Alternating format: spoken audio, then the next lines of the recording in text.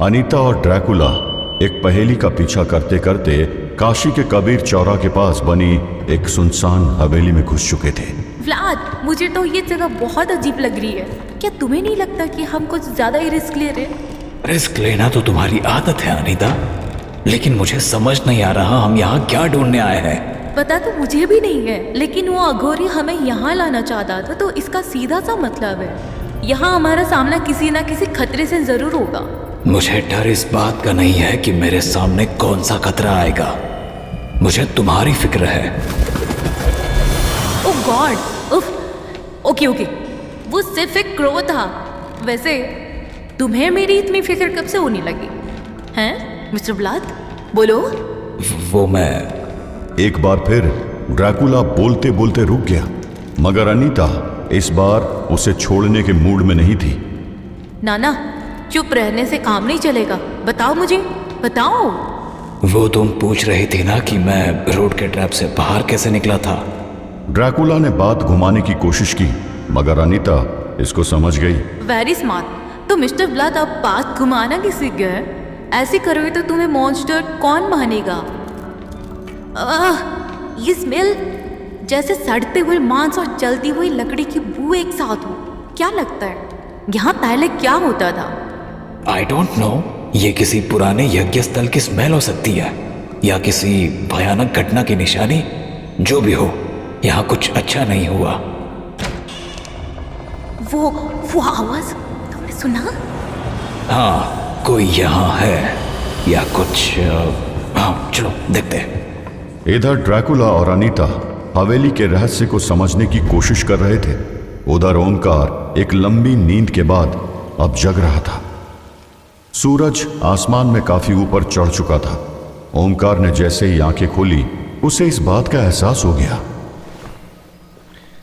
अरे नहीं, लगता है मैं देर तक सोता रह गया।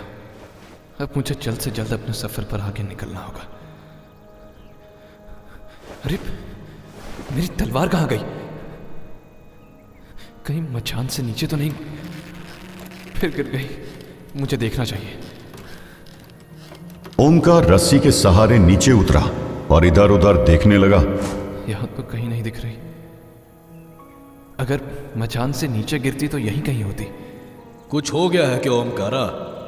अरे गोवर्धन, तुम? हाँ, वो मेरी तलवार नहीं मिल रही। क्या तुमने? तुम्हारी तलवार मेरे पास है। भगवान का शुक्र है। क्या तुम मेरी तलवार ला दोगे?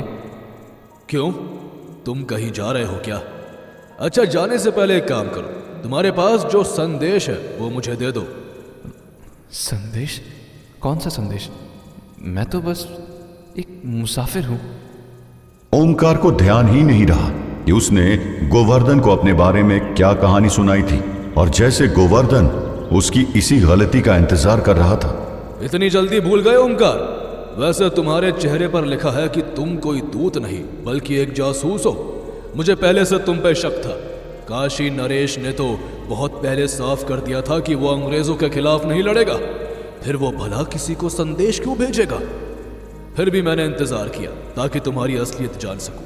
और कल रात जब मैंने उस गद्दार, उस अंग्रेजों के पिल्ले को मारा, तब तुम्हारा चेहरा देखने लायक था।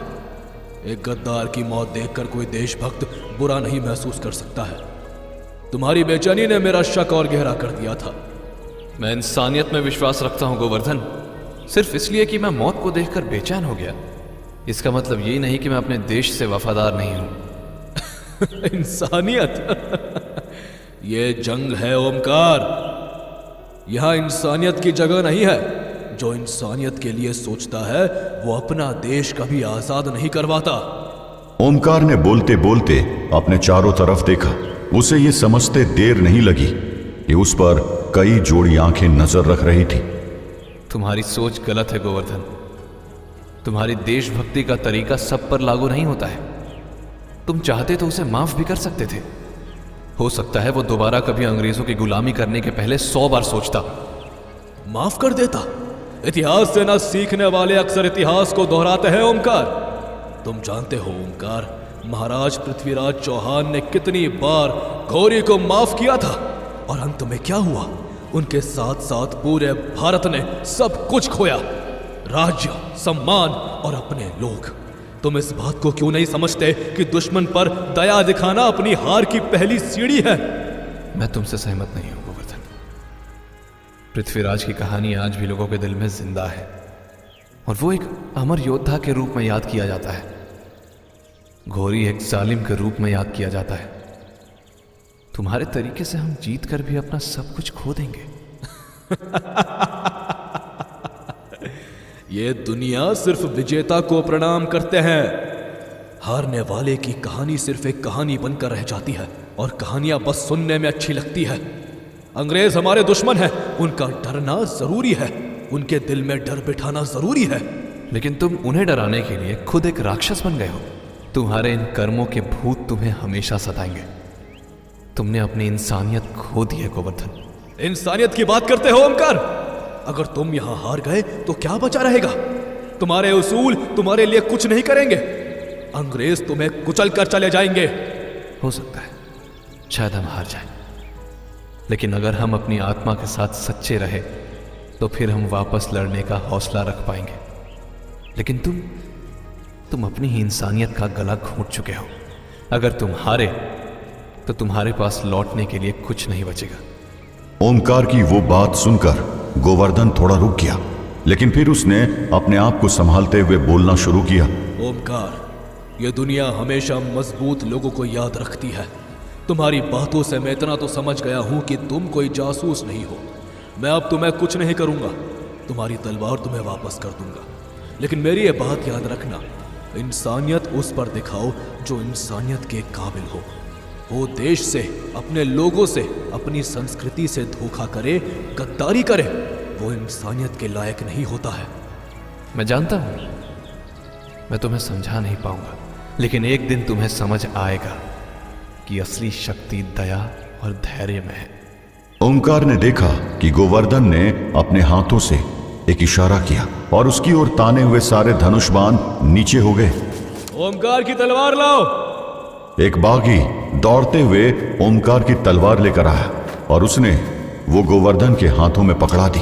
ये लो ओमकार, लेकिन जाने से पहले सच तो बता दो कि तुम आखिर हो कौन और कहां जा रहे हो?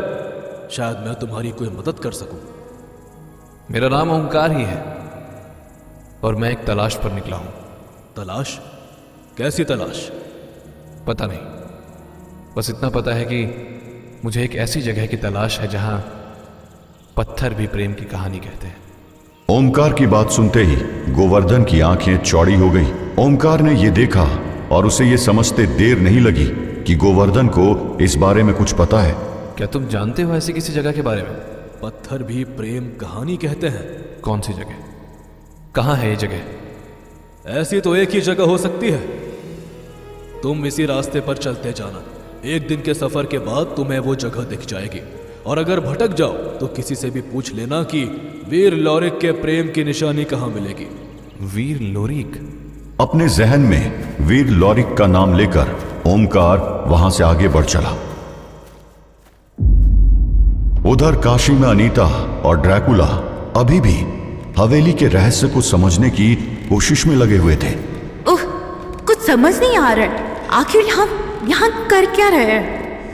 क्या है ये भूता हवेली की सिग्निफिकेंस? सारी हवेली छान मारी मगर कुछ भी नहीं मिला। लगता है हम गलत जगह आ गए। शायद मैंने उस संस्कृत श्लोक का गलत इंटरप्रिटेशन किया है, या फिर उस पेड़ के नीचे बैठे हुए उस पागल कवि की बातों को इस पहेली से जोड़कर गलती कर दी। व्लाद, मुझे लगता है हमें चलना चाहिए।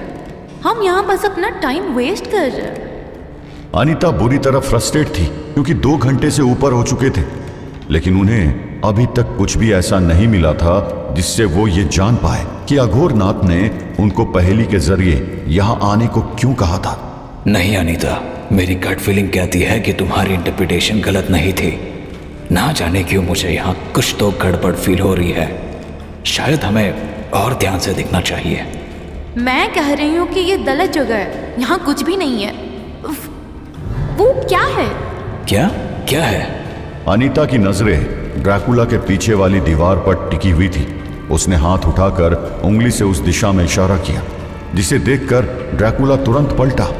क्या है यहाँ? कुछ भी तो नहीं है। ध्यान से देखो, वहाँ दीवार पर लगी राख की कालिक के बीच में हल्की सी रोशनी दिख रही है, जैसे कि कोई जलती हुई लकड़ी। हाँ, बहुत हल्की सी चिंगारी जैसी दिख रही है, पर उसमें हैरानी वाली क्या बात है? व्लाद, तुम इतना इंटेलिजेंट होकर ऐसी बात कर रहे हो? क्या डेटर में तुम्हारी सुपरनेचुरल पावर्स के साथ साथ तुम्हारी इंटेलिजेंस भी सोने चली जाती है क्या? ये हवेली ऑलरेडी जली हुई है, वो भी ना जाने कब से।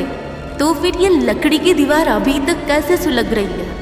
बोलते बोलते अनीता आगे बढ़ी और उसने उस दीवार पर लगी राख को एक कपड़े से झाड़ना शुरू कर दिया। अनीता ने अभी थोड़ी सी ही राख हटाई थी कि तभी उसकी आंखें फटी की फटी रह गई। ये क्या?